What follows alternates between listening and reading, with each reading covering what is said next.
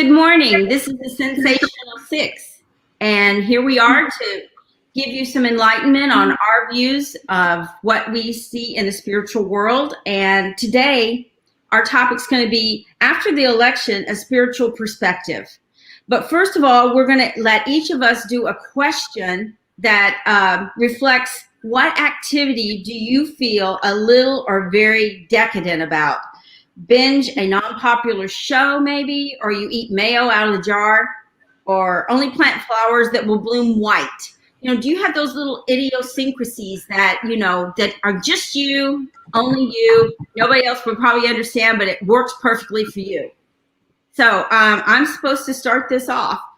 Okay, my little secret decadent thing I like to do is I love to binge watch old movies. I mean, really old movies, not silent era so much, because it takes too much time to read all the subtitles and stuff. But I really, really love old movies because they always had a plot. They always not a lot of blood and guts and everything else involved. But, they told a story, and it was usually, a little fantasized about life, but it always leaves me feeling upbeat at the end. So, like anything, like one of my favorites is what is it? Oh, An Affair to Remember. I could watch that 100 times, which I probably already have. But with Cary Grant and Deborah Kerr, or Carr, however you say it. But I just love that movie that, in the end you can win, or things can turn out just right. And it's so much like Science of Mind that no matter what adversity you face, things change and it keeps changing. So there's my little thing. I own like over 200 old movies because I want to watch them when I want to watch them, So anyway, I'm going to turn it over to Reverend Lori and see what she has to say. So I love this question. What feels a little or very decadent to you? And I was thinking, what is the most decadent thing I've experienced lately? And I'm going to say treatment.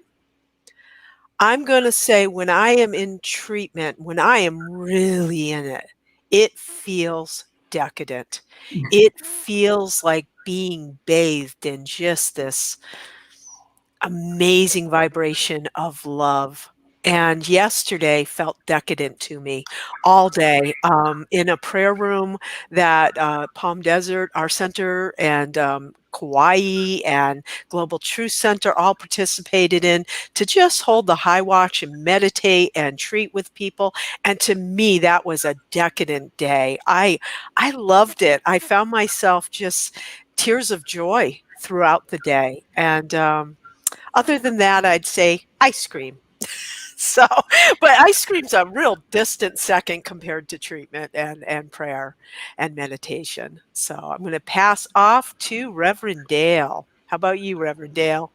Thank you, Reverend Lori. So my decadent thing right now came out of this whole pandemic and not going to the center on Sundays. And what I love to do now on Sundays is make coffee and drink it in bed while I'm watching services. And I watch services from all over the country. I watch Ours, I watch Atlanta and a couple others. So to me, that's really decadent. But you know what? We're worth it. We're so worth it. And so when our center opens up, I'm going to have to let that go. And maybe I'll put it on Saturdays. I'll do that. But right now, that's my decadent indulgence. So Reverend William, what say you? Oh, luckily, my decadence only happens once a season. Eggnog. Oh, I drink the hell out of that stuff. I love it. It's always without alcohol. I don't like it with the brandy in it. But I get so excited right when I can get my first gallon of eggnog, and I know that the season is here, and so I've got mine, and I just love this stuff. And I gained probably maybe 10 pounds, and then all the rest of the year I try to lose that 10 pounds so I can just gain it again at the seasons. But I just love eggnog to death, and that is my secret decadence. All right, Reverend Gail, I believe. Yes, Reverend Gail, what is yours? So I love that, Reverend William. And wow, 10 pounds of decadence is quite a bit. So I can tell you really do enjoy it.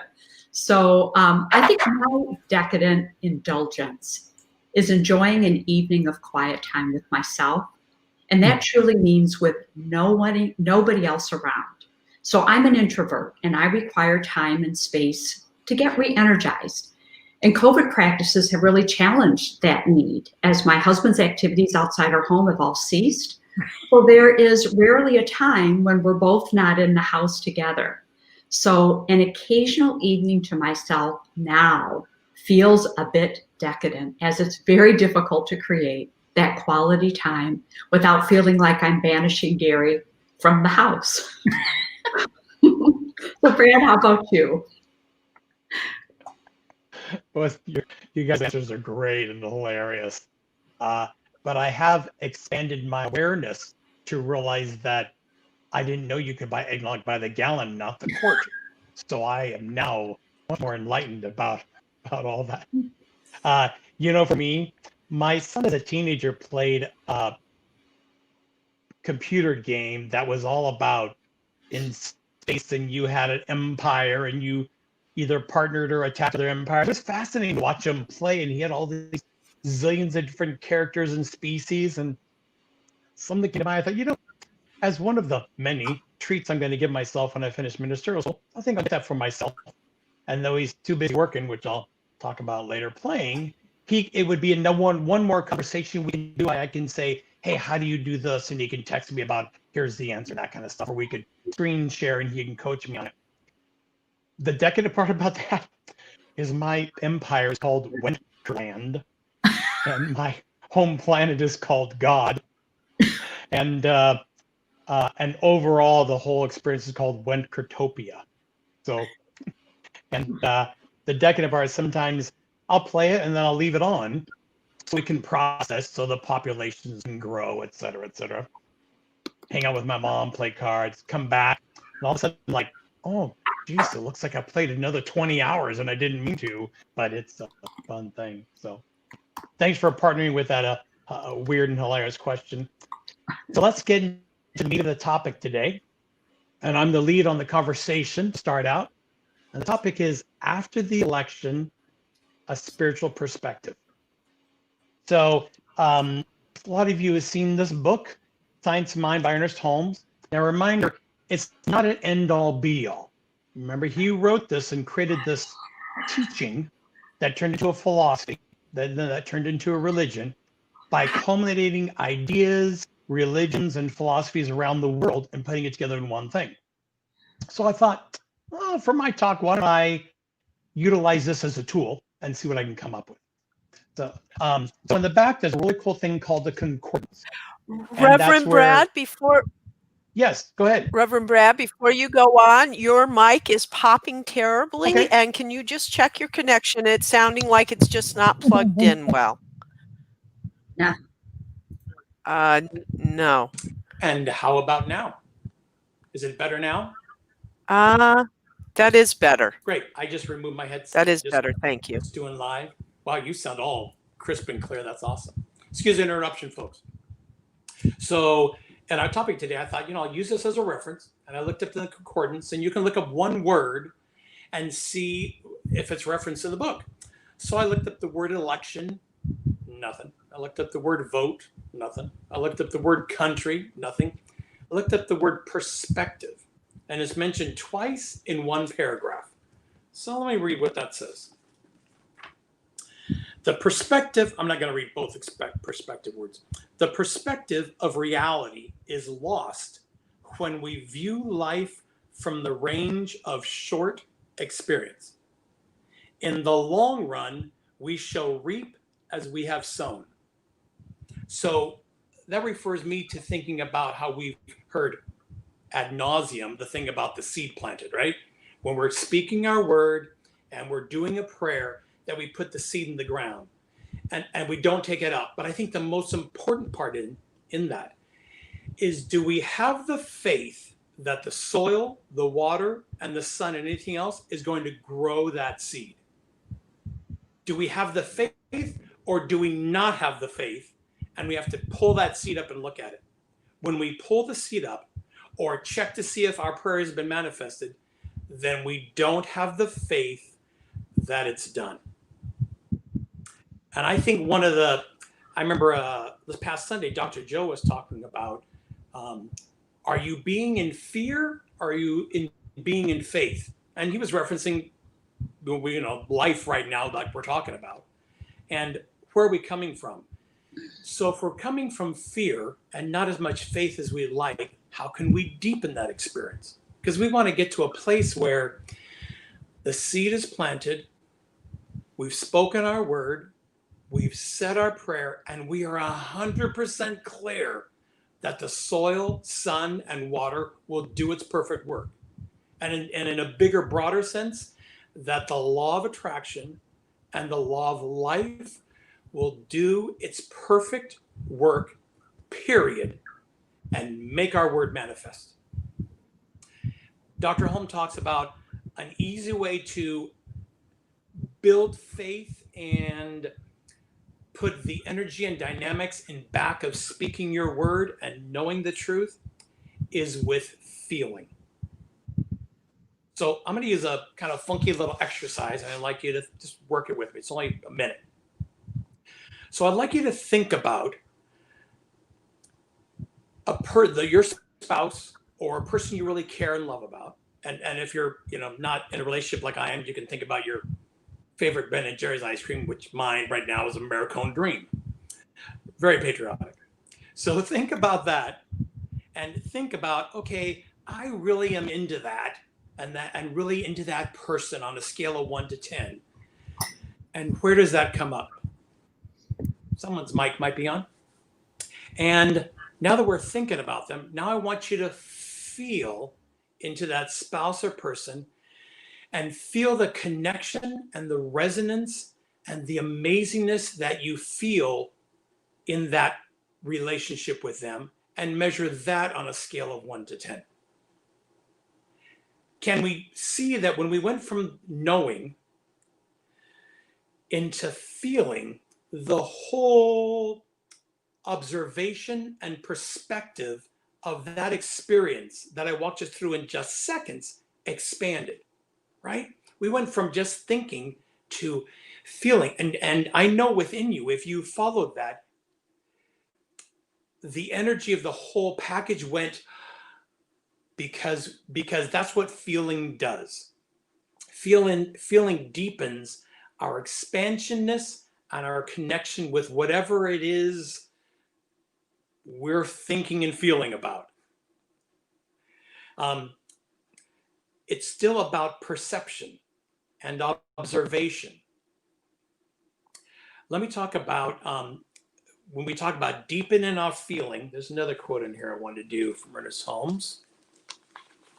You can see my mentor and practitioner encouraged me to pull out points to share about.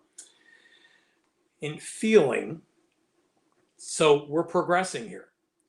How then are we to accomplish the desired result and have our word made manifest? By stating and feeling that our mind knows the truth about the thing we desire to know. That our mind feels and knows the truth. So when we put a seed in the soil, we're not questioning it, we automatically know. So how can we, when we're looking at our work and looking at our relationships, get to that place of automatically knowing our word will be fulfilled? And that's because when we're in it and in the statement, we enhance it with the feeling of it. So I am blessed to have a weekly mentor and a weekly practitioner I get to partner with in doing my own practice and work. And lately it's come up a lot about, especially when I'm in my mentor, Brad, I get you know the words, but I want you to put more feeling into it. It's like, well, what do you? So when we're talking about feeling, we're talking about not just knowing that there's one life, that life is God, and that life is my life, but really getting and understanding and accepting and feeling that the allness of life, the amazingness that moves the stars and grows the blade of grass, is so present everywhere, that is also present in me definitively, powerfully, and always acting amazingly, expressing through me. Its amazing infinite source is flowing through me as a divine expression of the infinite. I know you could feel that.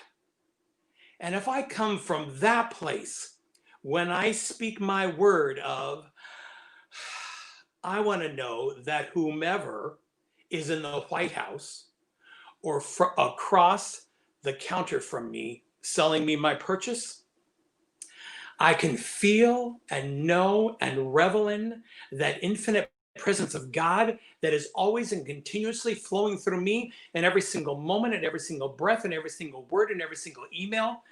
That the infiniteness of glory, peace, order, and love is everywhere I am right here in that moment.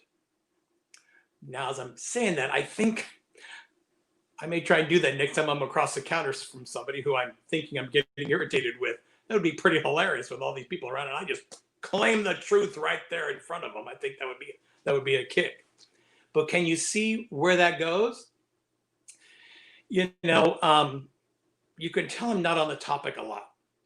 So in this book, I mean, indirectly, because in this book, I looked up those words, but I looked up perspective. It was 2 times in one paragraph. And then I looked up the word principle. It happened to be on the next page. And principle was 2 whole pages. Because it's all, does leaning in on a video conference call make it more emphasis, just like all caps in texting used to be? Because principle is the key to everything. Because I want to be in the principle. In principle, my colleagues will share some other ideas. And for me, principle is the principle of all life is God. And there's also subcategory side principles of the law of circulation, the oneness of life, those kind of energies. But it's still a principle that I always want to know and be and resonate and revel in and feel in all the time. Now, when I say it doesn't matter about the election, because we still don't know, I'm not saying that it's not important. And I'm not saying that whomever ends up being in the White House doesn't have their own certain level of power and way of expressing and such along those lines. However, I do know that from where I am, I can see the person that's my neighbor, or the person in the Oval Office, or the experience on the other side of the planet, and I can say and feel, oh my God, I can't believe it. Or I can say, wow. Because both of those create. I know this is like Dr. Joe's class on basics, if you're watching on Mondays and on Sundays, right? The basics. Because if I do, oh my God, then the law is going to say yes and keep creating more for me to say, oh my God, to. And the more often, not all the time, we have ups and downs, and we're going to be screaming sad and screaming with joy. But more often, regardless of the effect that is going out there, I want within me to be. So if there's something that some people are labeling tragedy on the other side of the planet, and they just want to point fingers at the individual, the group that apparently caused that tragedy, I want to go, because in that space, I can focus on the people that maybe need my love and prayer, and knowing that they're getting their help, they're getting the support, and they're getting the right action as the individualized expressions of the one God, of this one life of spirit. Which way do we want to go? Like Dr. Joe said last Sunday, do we want to be in fear, or do we want to be in faith? And that's why a lot of people that do this a lot have a religious spiritual practice. Because we're moving through life, whether, I'm mostly at home as a caregiver, or you're out in the world somewhere else and contacting people all the time, there's still going to be times when you're going to see a number of a state and the electoral votes, or read something or hear something that's going to get you out of that I'm one with the presence and power of the universe of God, and that infiniteness that is love and peace is right where I am.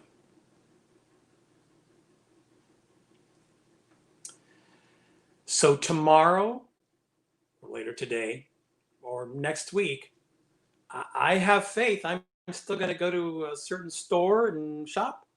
I still have faith that I'm going to do my best to take care of my mom, who's, dementia is slowly progressing. I know tomorrow, the next hour, and the next week, I am going to love my son as much, if not more.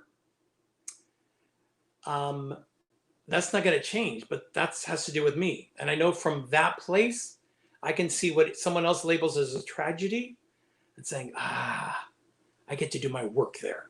I get to bring my love there. I get to know my love there. I get to know the presence of God is right there in those individuals and those collective groups doing the perfect and right work in love and partnership. I need to bring it back to my son. My amazing 21-and-a-half-year-old has just finished his second campaign as campaign manager, and he won his election last night. And his candidate that he was working for was running for a state office. And it was so cool. He's in this guy's living room because no one's out in public. And he's taking a picture of this person doing their live interview because they officially won the election. And it's like, wow, that's really cool. Now I get, in a couple of hours, I'm going to check to see what Pennsylvania's doing, right? And more often than not, I'm going to remember that picture because when I have it on my phone, but I can see it in my head. It's like my son took that picture and he supported this person who's trying to make a difference and better their area of the world. And he participated with that person to do that. That's just awesome. That's just awesome. I'm going to wrap up my portion of our sharing with a prayer by Ernest Holmes for our country. And it was originally published in Science of Mind magazine in 1953. And so that makes it like 70 years old and it's completely relevant. So I'm going to conclude my time with this prayer. Believing in the divine destiny of the United States of America and in the preservation of liberty, security, and self-expression for all, I offer thus my prayer for my country. I invite you maybe just close your eyes and take these words in. I know that divine intelligence governs the destiny of the United States of America, directing the thought and the activity of all who guide its affairs. I know that success, prosperity, and happiness are the gifts of freedom and the divine heritage of everyone in this country, that they now are operating in the affairs of every individual in this country. I know that divine guidance enlightens the collective mind of the people of this country, causing it to know that economic security may come to all without the loss of either personal freedom or individual self-expression. I know that no one can believe or be led to believe that personal freedom must be surrendered in order to ensure economic security for all. The all-knowing mind contains the answer to every problem that confronts this country. I know that every leader in this country is now directed by this all-knowing mind and has the knowledge of a complete solution to every problem. Each is impelled to act upon this knowledge to the end that abundance, security, and peace shall come to all. And I know that the spiritual democracy shall endure, guaranteeing to everyone in this country personal liberty, happiness, and self-expression. And so it is. Amen. Thank you for your listening.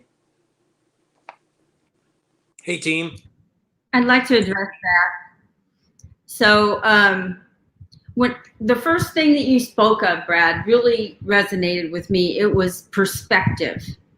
And sometimes what I remember when I really started being aware of the fact that perspective was so incredibly important, that when I was reading about chaos theory, that when you look at chaos, that's what it appears to be. You know, everything is so random. There's no pattern. There's nothing. Everything is just random and chaos. But what the scientists did is when they stepped back, in other words, they stepped back into perspective over the overview, the big picture, there's a pattern to chaos, which was really surprising because it was like, well, then why do we call it chaos if there's a pattern to it? So I just like to say it's kind of like with me and the weather. When they make these dire predictions because, oh, this is happening to our planet and this is being caused by us and all this other stuff. You know, we've only been, I mean, realistically, we've only really been tracking the world's weather for around, I mean, being very optimistic, probably around 4,000 years or something like that. But this planet is 6 billion years old. So how do we know that that's a pattern, that we're just not in one of the patterns of the planet? Because the one thing is the planet always cleans itself. It always takes care of itself. Always cleans up the air. I mean, we saw what happened in China whenever they were in their shutdown over the pandemic, that all of a sudden, you know, they had pictures from before where it was totally yellow. You couldn't even see anything. And then right after that, all the pollution was gone. And so what happened to it? It was cleaned up by the planet, by the wind and the rain or whatever. It was cleaned up. And so we have to be aware of the fact that sometimes when we start looking at details, and we get into the details of our life and we stay stuck there, we lose our perspective.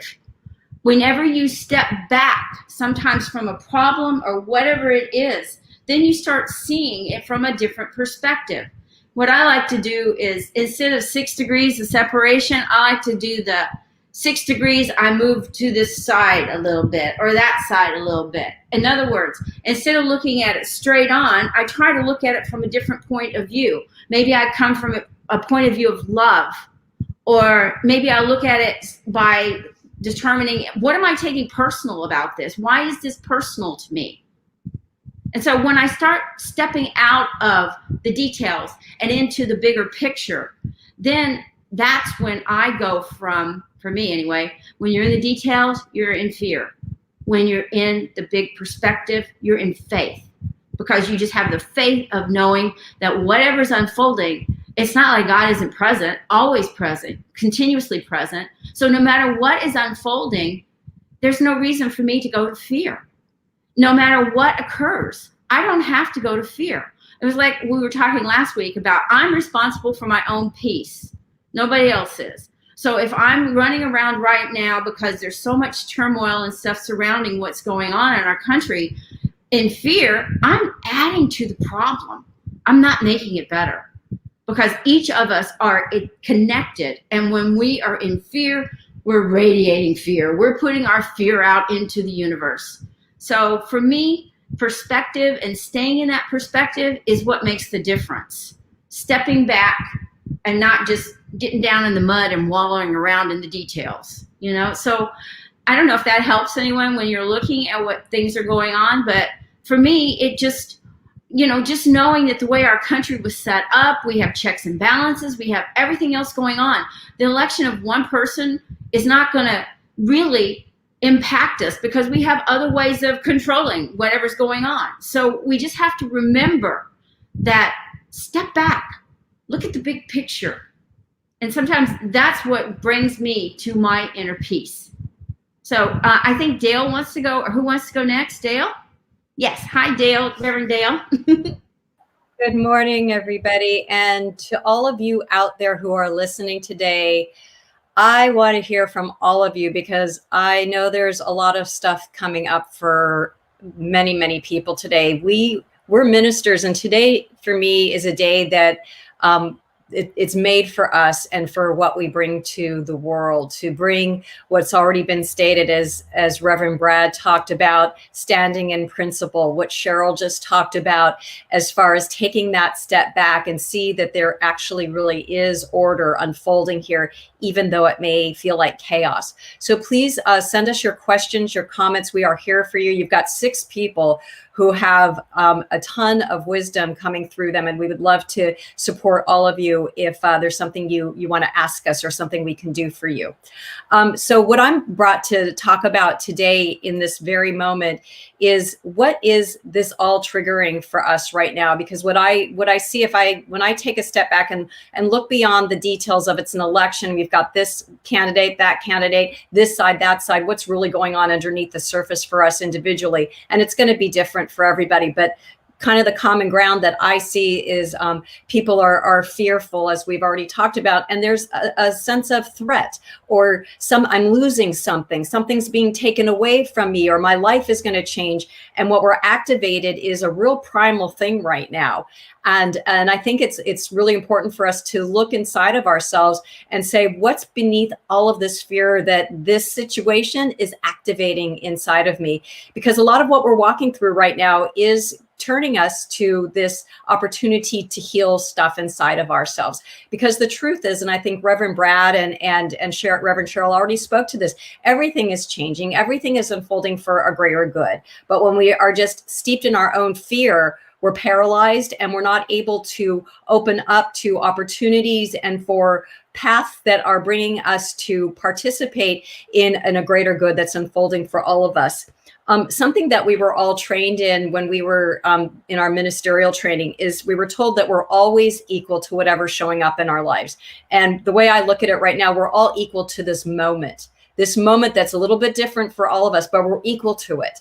And what that means is that we have the strength to move through this with peace of mind, with an open heart, with greater understanding.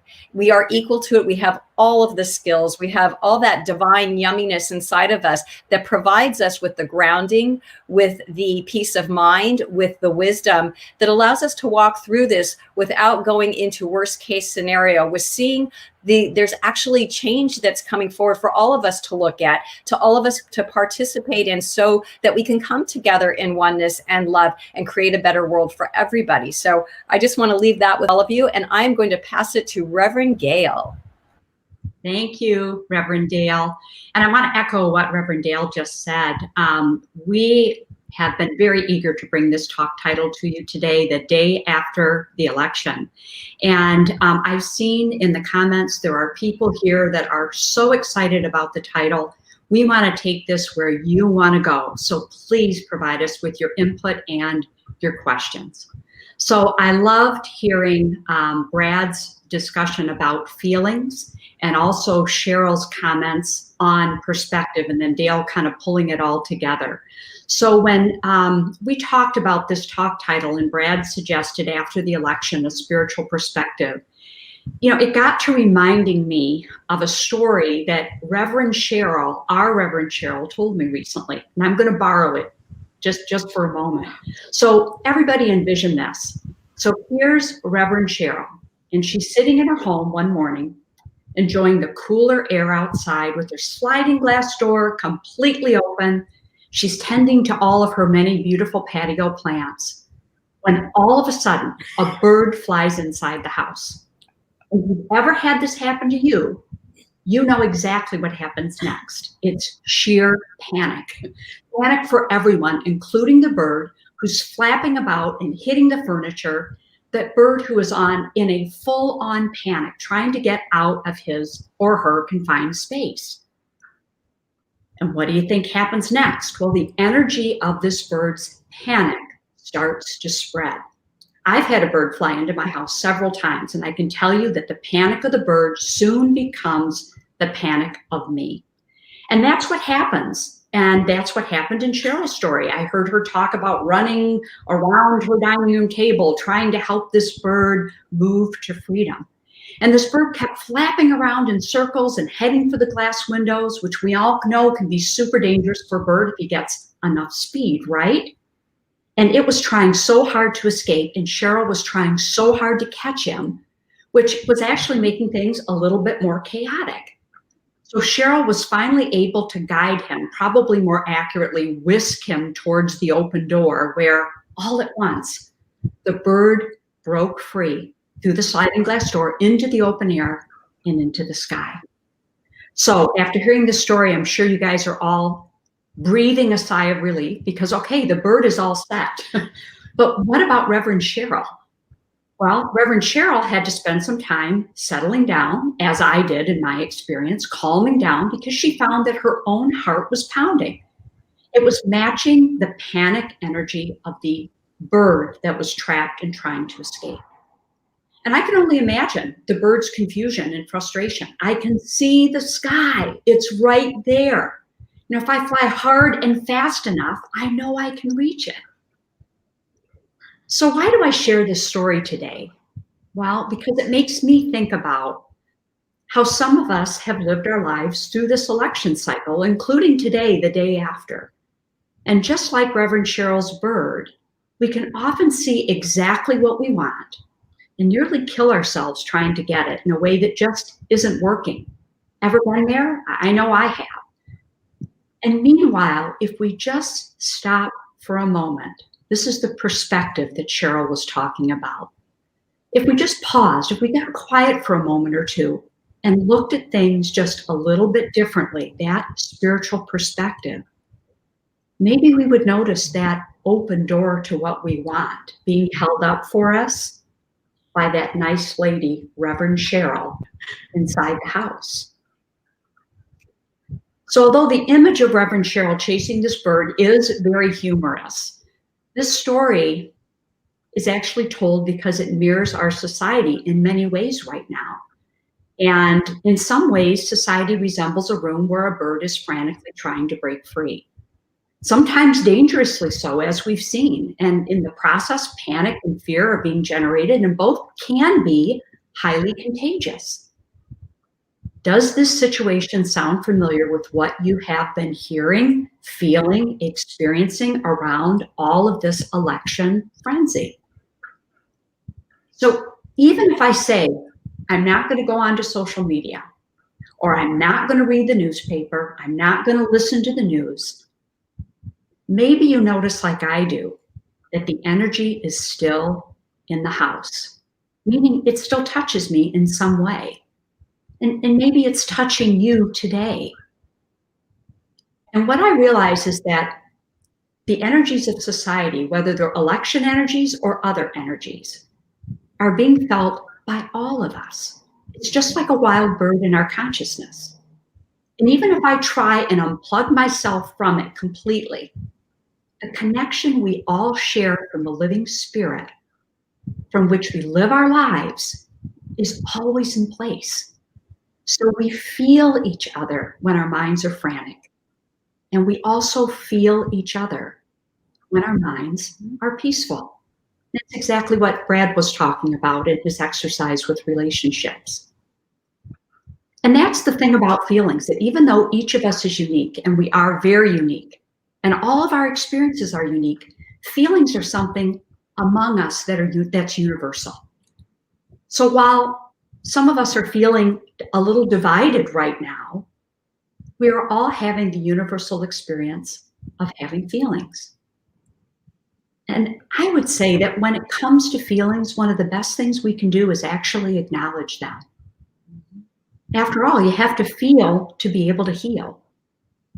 And I share that sentiment with you today by reminding you that no matter your age, no matter your experiences, you are allowed to have your feelings, period. And yet, what you do with those feelings does matter, and it does impact the collective experience. So some questions you might consider asking yourself today if you're feeling a little chaotic or a little out of balance.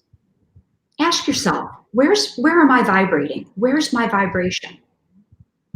Am I vibrating around what I do not desire, or am I vibrating around what I do desire? And how about a reframing question, which is actually what we're going to talk about next Wednesday? How is this a giant step forward? And how can I add my voice to it? Because we know everything is always unfolding for the highest and best, not only for you, but for everyone. And how about, can I see all of life as expressions of God? Or maybe can I envision a world where we honor the interconnectedness of all life? What I'm really suggesting, in essence, is be aware of your thoughts. Be passionate for what you are for. And don't give energy to anything else. So, William, I think you were going to jump in after me. Oh, thank you so very much, Reverend Gail. You are always so precise, and I just love it. Lots of food for thought, lots of great perspective, and it's just that perspective. As we're going through this day, and there's only now, what we teach here, and one of the things that I love about this philosophy is take things of what you know. Don't assume anything. And there's lots of examples all over the place, just like yesterday or the day before. I don't know when it was because I'm not really watching the news that much because, again, I don't need to focus on the fear factor. I just know that this country, this state, this town, my street is moving forward in a logical, sequential order for the highest and best good of all. And so when I come from that perspective, it allows the hype of the hour to dissipate. And one of the big hypes that was happening was something about a bus getting run off the road or anything like that. And I actually looked at the video, and it's not the case at all. But yet it was this big hype that was going on. And it was just two people in two different cars being jerks to each other. And that was about it. But again, instead of buying into the hype or the hysteria of a certain situation, we teach, do your own investigation. Don't assume anything. Look into it. And that, if it's true in one area of your life, it must be true in all areas. And so when you can come from that perspective of truth, of spirit and you as one,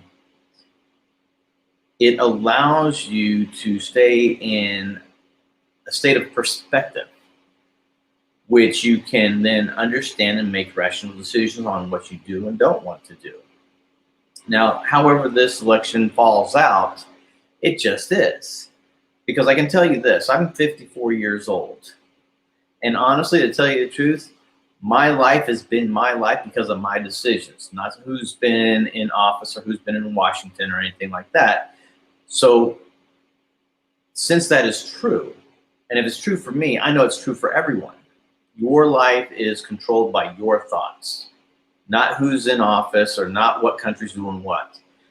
So when you focus back on that truth of who and what you are, and if you want to focus on the fear, by all means, that is your choice. But I'm here today to tell you that that is not in alignment with spirit, because spirit is always growing and expanding. It is never detracting. So focus your energy upon that which expands. Friendship, brotherhood, camaraderie, and base your thoughts upon what you know, not upon hearsay or what somebody else is talking about. Dr. Joe is very good about saying it's as you become a practitioner and a reverend at our center, we actually have a contract. And part of it, and this is loosely interpreted, but basically, if I have a problem with you, I come to you. And I expect that if you have a problem with me, you come to me.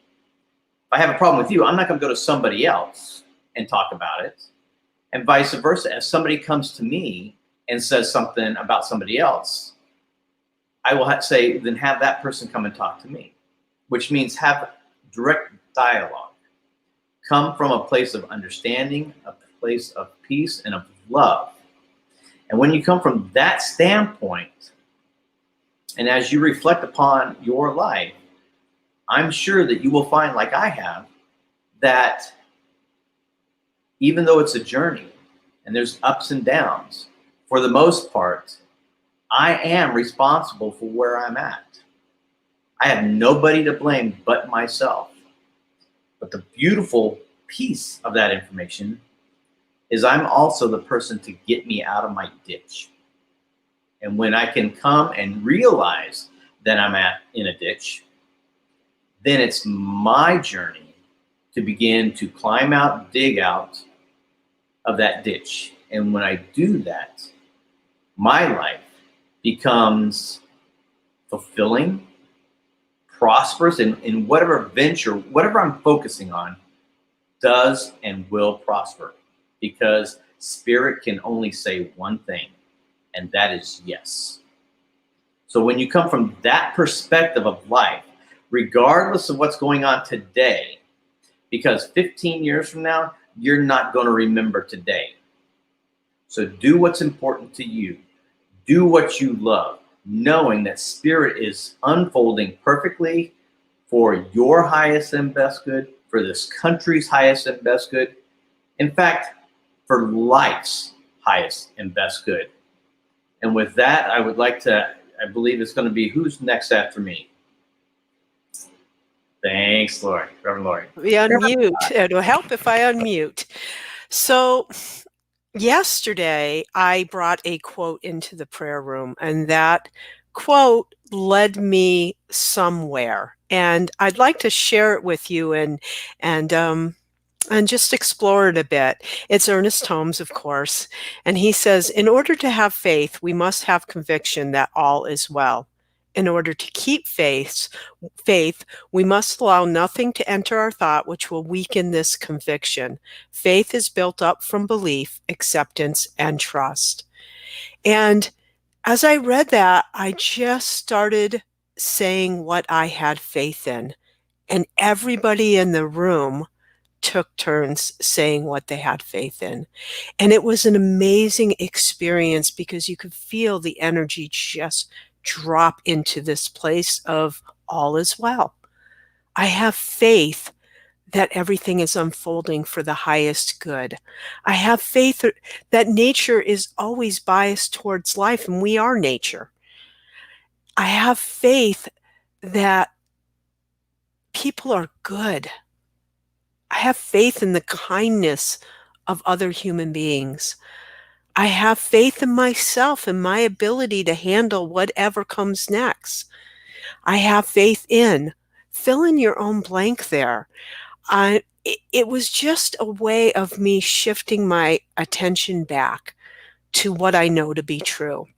And that is such a useful practice as the world calls us to look over here. And particularly right now, there's it's the vibration, there's a vibration of drama, isn't there? I mean, it's so easy to get captivated by that. And we're almost hardwired to pay attention to things that we think are flashing red, right? That there may be a little danger there. And it's captivating, that drama. And so checking in with my own energy. Where am I vibrating at right now? Trust me, if I just ask the question, I know. I know by looking at how I'm experiencing the energy within me. And Gail spoke so beautifully to that. Whether you're watching the news, whether you even care about politics or any of that, there is a vibration happening right now, and we are all being affected by that, or we are affecting it. And I choose to affect it by bringing all is well, by breathing, by making sure in my presence people calm down a little bit, that they can look at their own life as Reverend William pointed to. What's next for you? What are you up to? In the end, our lives are ours. And it's not that elections aren't important. It's not that, I consider myself to be a spiritual activist. I want to contribute to the good of the world. I want to be part of the solution. I want to be active in my community. All those things are important to me. But the way I do that is first to understand that all is well. And then ask, what am I called to do? Where am I called to participate in a healing way? Where am I called to listen more deeply and more compassionately to those who I may not agree with? You know, that's something simple we can all do. And I think, we've gotten a little entrenched, and I'll speak for myself, that we see, well, wait a minute, this is what I see, and this is how I feel it needs to be. And I think we're keeping it very surface lately. And it calls to us to go a little bit deeper, because just below the surface, there's so much we have in common. There's so much more that connects us than divides us. And those are the conversations that we need to be having right now. So I invite you to join us in having those conversations. And please, if you have any questions before we close, we don't want to leave you incomplete here. And I'm going to go to the all six view, and whoever wants to chime in next, please just jump in. I just had one more little thought about it. When Gail was Reverend Gail, excuse me, when we were, she was discussing feelings, and that it's important to feel what you feel, but you can't necessarily stay in that space. I just recently was having a conversation with a friend of mine that was experiencing some really, really horrible health issues. And they finally just said, well, it's stress. It's just nothing but stress. And so I said, well, what are you stressed about? Well, she was very stressed about this election and all the, had to watch every news show, everything. And I said, but if you are aware of the fact that this is causing you stress and it's affecting your health, can't you just step away from that? No, oh no, I have to know. I have to know all the time what's going on. It's very important to me that I'm really in the know about everything. And I was like, but it's affecting your health, so where do you get perspective on this? That's where you get perspective. When you start seeing that things are really in chaos in your life, then you've lost your perspective. So I just offer you, feel it, but don't live there.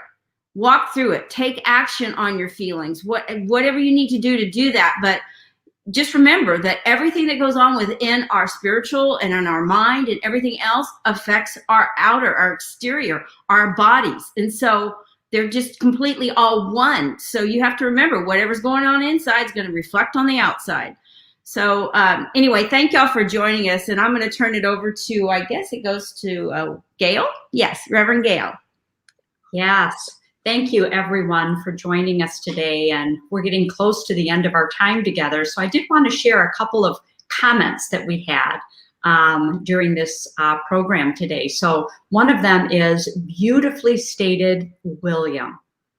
And the second is, I have faith in the sensational six. Much gratitude. So as we get ready to close out our time together, are there any final comments that any of my cohorts would like to share before William closes us out today? Well, okay, then I guess if nobody's going to say anything, I will do a closing comment. And it's just this. Make this the best day ever. Period. Start with that, and everything else just falls into place. So now with that, as we start to wrap down our session together, our time of gathering here, I would invite you to donate to the center. You can find it on our webpage, a little button that says donate. You can also phone in that donation or text it. Whichever way you choose, all donations are greatly appreciated and greatly needed. There's a lot of great work that we do, and there's still a lot of great work that still needs to be done as of yet. So now, the next coming week, every single day, we have something going on. So since today's Wednesday, Thursday tomorrow is the Sacred Circle at 9 a.m. And that is just a beautiful time to get together. Yes, thumbs up there. Also, on Thursdays is Brad is doing Caregivers Connection. Isn't that true, Brad? Give me a thumbs up. Is that Friday? Or is that First and third Mondays. Oh gosh darn it. There you go. Anyway, first and third. Remember to Brad. I think that's great that we have the idea and the space for people who give caregiving to the elders, to our families. There's a lot of dynamics that goes on in that, and I'm well aware of that because we used to have to take care of our own family here as well. So it is a great place to be able to vent and talk and just expand and come with understanding that everything's okay. Then Friday, Life on Love with Reverend Charles. That is a great topic. He always comes up with some funny stuff, and you never know what that man is going to say. So always join in just to find out those little nuggets that he's going to talk about. Then on Saturday, we have meditation. One of the six of us or anyone else that will create or has created a meditation time for you. They are all different. They all resonate differently. So there's always a variety for you to be able to get into that space of knowingness and connection and oneness. Sundays, of course, is our day for church, for our services. And it's just wonderful. And Dr. Joe is here.